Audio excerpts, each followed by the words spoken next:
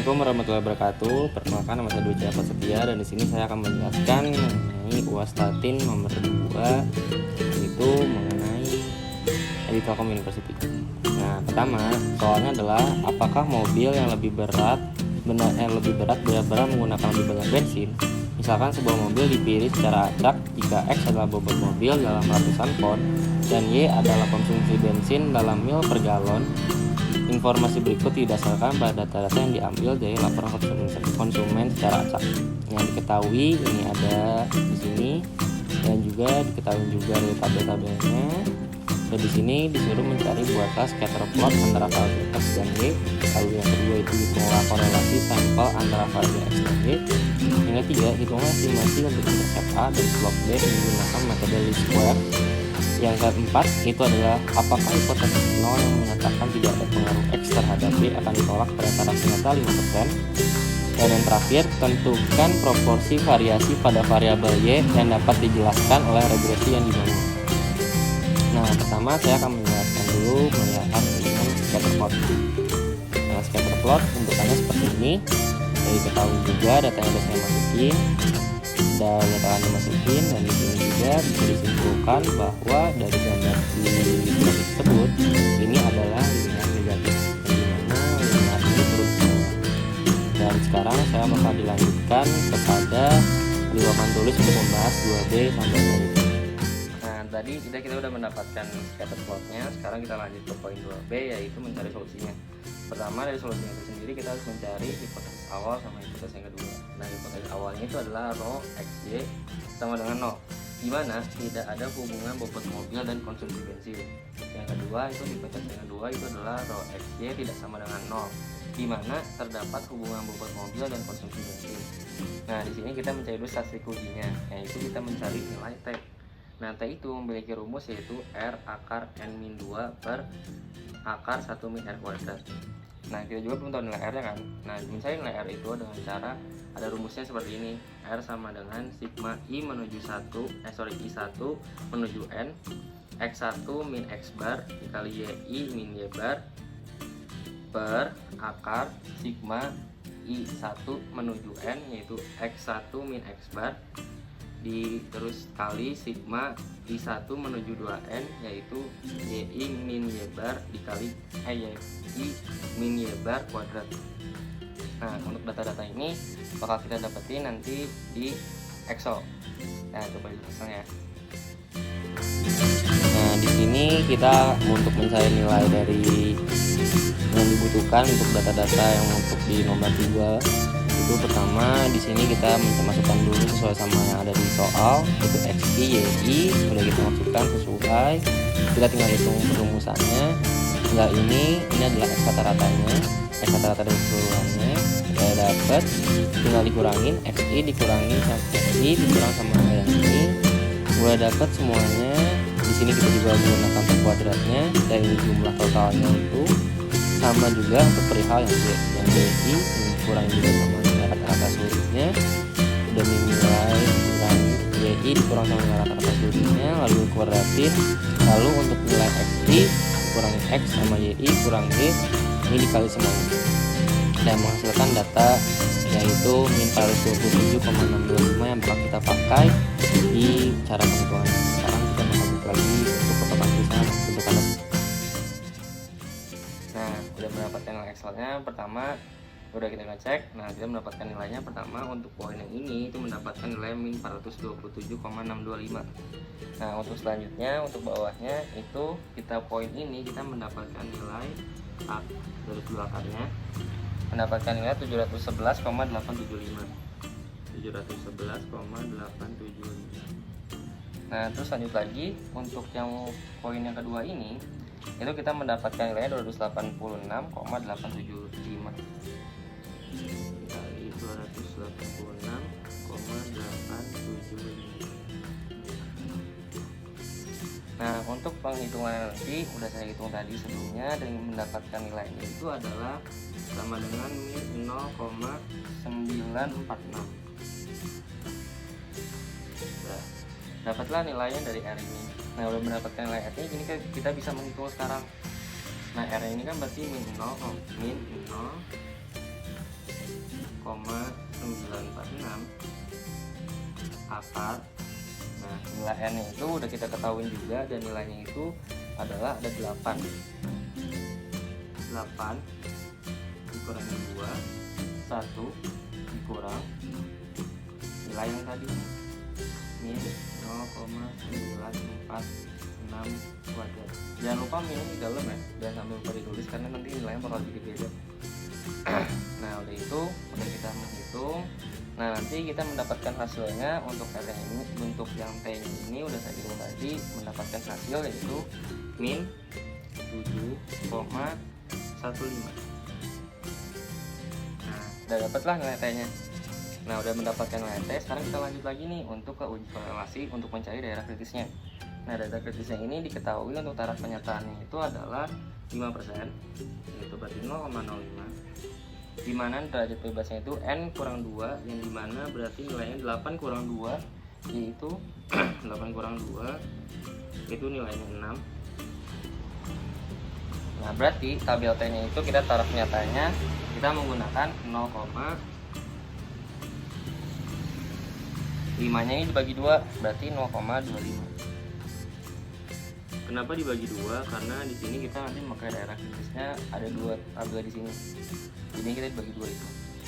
Nah, terus dengan derajat bebasnya itu adalah 6.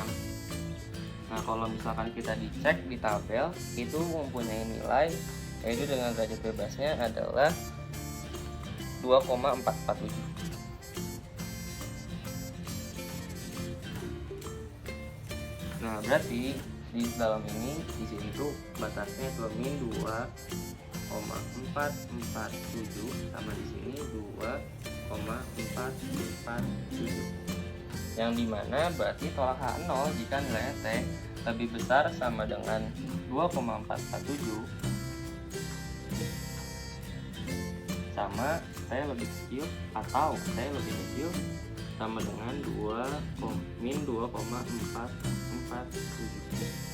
Nah, untuk tidak tolak H0 itu jika nilai sebaliknya. Nah, di sini kita mendapatkan nilainya itu min 7,5. Nah, berarti bisa kita simpulkan juga berarti T-nya ini bernilai lebih kecil sama dengan ini.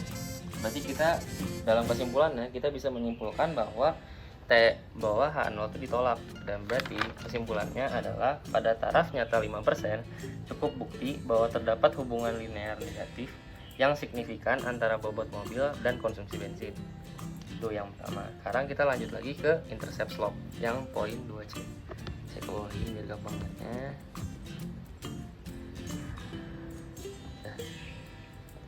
Nah, di sini untuk poin yang intercept slope ini kita menggunakan rumus yaitu B sama dengan sigma X min X bar Y min Y bar ini per sigma XI per X kurang X bar kuadrat. Nah, di sini udah saya tulis jawabannya juga karena angkanya ini sama kayak angka yang sebelumnya.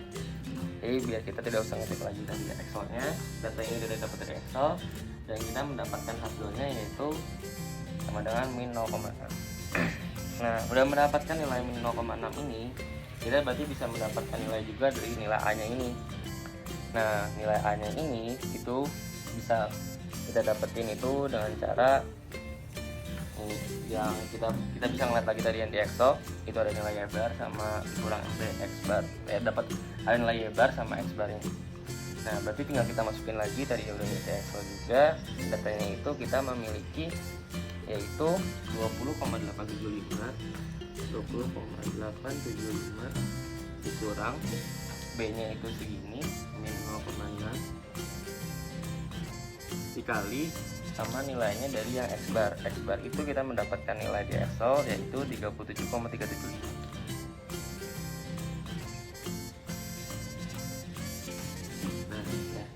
Nah, berarti udah saya hitung juga dan mendapatkan nilai untuk A itu adalah 43,3. Dan sekarang kita menghitung dari model regresi. Nah, model regresi ini memiliki rumus yaitu Y bar sama dengan A plus BXI plus EI. Yang dimana di sini tuh kita menggunakan rumus juga, di sini ada X kuadrat sama dengan MXE sama dengan sigma EI kuadrat per N-2. Terus juga di sini juga ada kita menggunakan rumus SB sama dengan X kuadrat per sigma XI dikurang X bar kuadrat. Nah, untuk dapat data-data ini kita bakal ngeliat lagi di Excel karena di sini ada yang kurang untuk nilai X.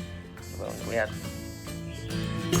Sekarang kita untuk yang poin yang C, yaitu untuk mencari nilai EI-nya tersebut. Nah, EI tersebut kita menggunakan rumus seperti ini. Kita ini masukin rumus yang sama dengan cara yang sama, dikali sama B2 47,34 kurang 0,0 semuanya juga sama. Sudah dapat nilai EI-nya ini, lalu kita tinggal dikuadratin dan hasil yang ini bakal kita pakai untuk pengerjaan di file selanjutnya. Sekarang kita buka lagi untuk ke file tulis.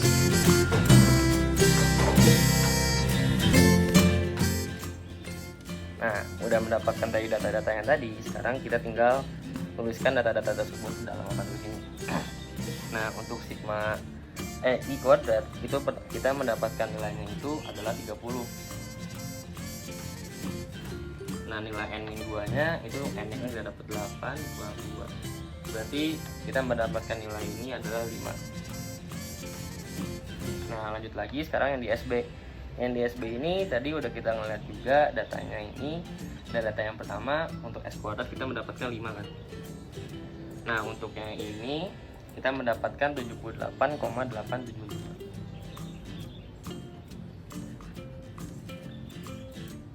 Yang hasilnya nanti itu bakal bernilai 0,08.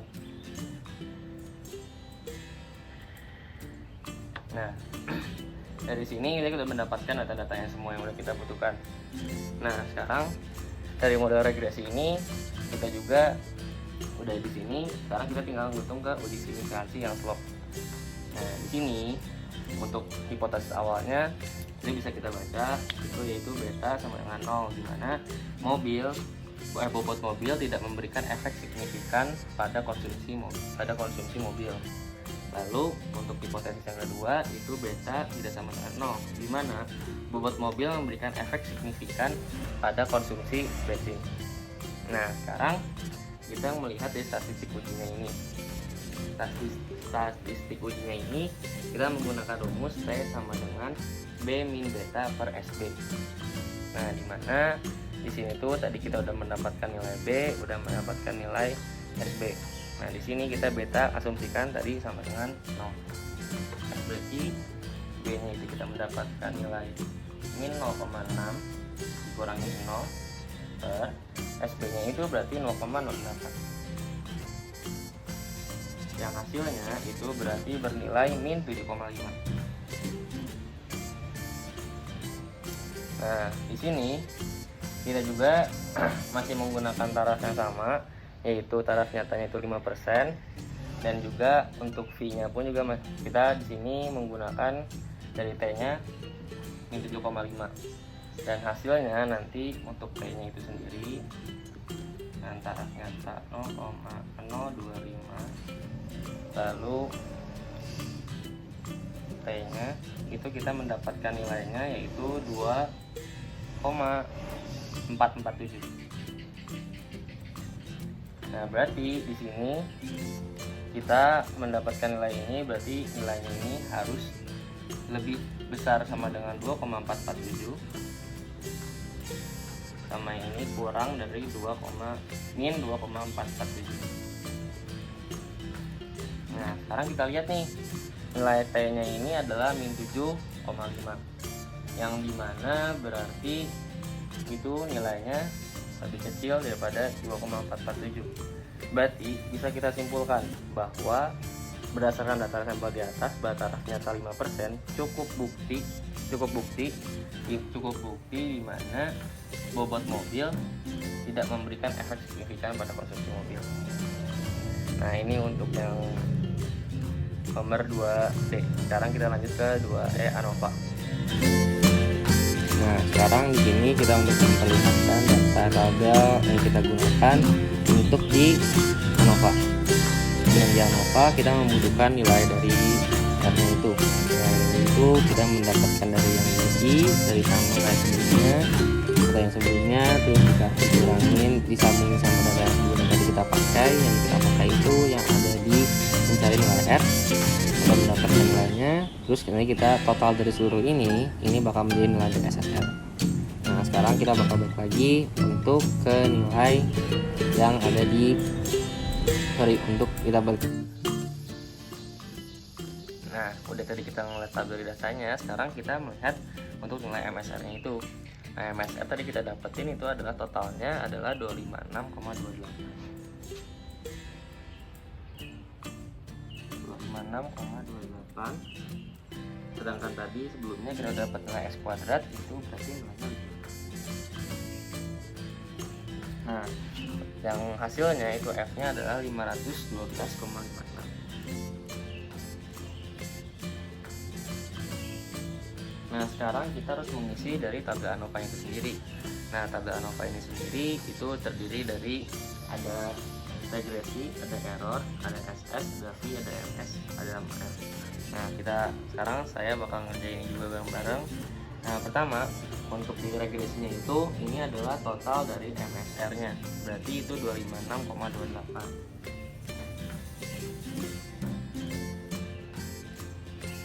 Terus lanjut lagi untuk yang errornya itu adalah 30.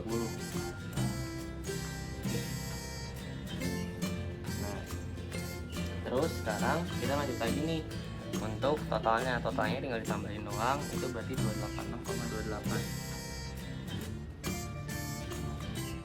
Nah lanjut untuk yang V nya itu kita ada nilainya itu adalah 1, regresi, dan error adalah 6, berarti totalnya adalah 7. Nah lanjut lagi untuk nilai yang ini, untuk MS itu kita memiliki nilai 256,28.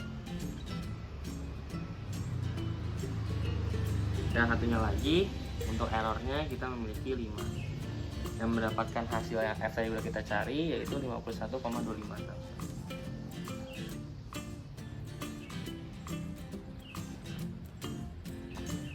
Oh sorry, ini harusnya 51,256. Oke, sudah kita dapat ke sini. Sekarang kita mencari daerah kritisnya.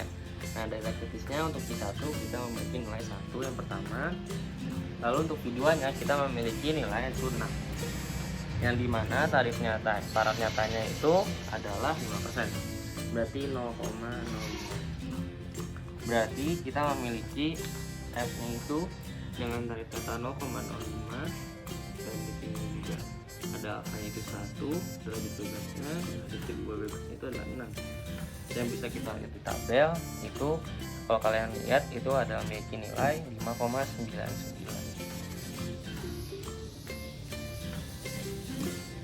Nah berarti tolak H0 jika F lebih besar sama dengan 5,99. Nah sekarang kita F nya ini bernilai 51,256, berarti itu lebih besar, berarti dia memiliki cukup bukti untuk menolak H0 nya itu sendiri. Berarti cukup pada taraf nyata 5%, cukup bukti bahwa model regresi tidak mampu menjelaskan variasi pada variabel Y. Nah sekarang udah dapet itu, sekarang kita mencari koefisien determinansinya. Nah koefisien determinansi ini kita dapatkan dari rumus R kuadrat sama dengan SSR per SST, dimana SSR itu tadi udah kita cari nilainya, yaitu 256,28, dan SST itu adalah total dari ini, berarti kita mempunyai 286,28, yang hasilnya itu adalah 0,895. Nah itu untuk apa? Untuk di sini. Jadinya kesimpulannya adalah variasi padu variabel Y rata-rata sebesar 89%